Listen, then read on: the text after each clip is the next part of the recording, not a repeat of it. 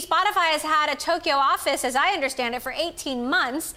So they were there first, and yet Apple, Google, and Line beat them to the punch. How much will not having first mover advantage matter here?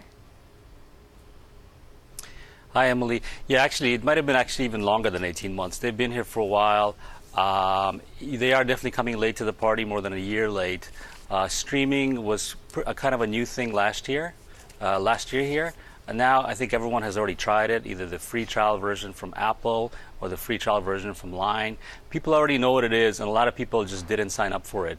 The thing that separates Spotify, and also is the reason why they were so late, is because Spotify has a free tier. If you listen to the ads, you can listen to their music. And this is something that Apple, Line, Google, they don't provide. So this is Spotify's kind of advantage here. And, you know, frankly, the people that I've talked to, the analysts, they think that it has a pretty good chance, actually, probably a better chance than Apple did. You know, when Apple came on, iPhones, first of all, are very, very popular in Japan. Unlike the rest of the world, iPhones here make up more than half of the sales. And so everyone had their free three months trial of Apple Music. But even then, I think the conversion rate was pretty low. Only about 5% of the people actually became paying users. So Apple, you know, made some inroads, but not really. This is where Spotify has a chance. They'll come in with their free tier. It's not a 3-month trial. It's free forever. And so, you know, the biggest competitor to Spotify here in Japan, as it is globally, is YouTube. If you like a song, you probably go to YouTube and listen to it for free if you don't mind the hassle of maybe listening to an ad. And so Spotify offers basically the same thing on your phone. If you don't mind the ads, you can listen to pretty much any song you want.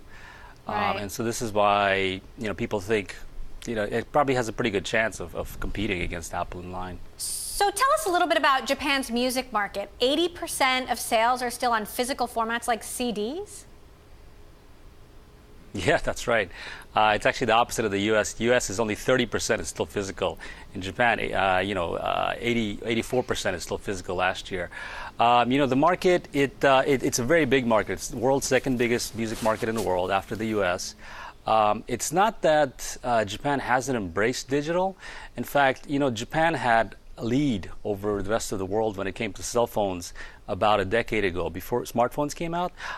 Back then, I could, on my old feature phone, I could actually download music directly onto the phone. They had a pretty strong ecosystem, and it was doing about $1 billion in sales in 2008, the year iPhone came out in Japan. Today, that number's down to 400 million. And the big reason is because iPhone didn't have very good features early on. For example, ringtones and stuff like that wasn't very strongly supported. You couldn't download songs directly to your iPhone early on. It wasn't possible. And so the popularity of iPhone really decimated the digital music industry here. And so, you know, the country still loves CDs, yes, but CD sales, they make up a large percentage of sales, but they've all been going down. In fact, in 2002 was the peak of the industry. In total, it made about $5 billion in sales. Today, it's down by about half. It's down to below Wow. $3 billion. So the industry's been decimated. They have to turn to a new model. They realize CD sales are not sustainable.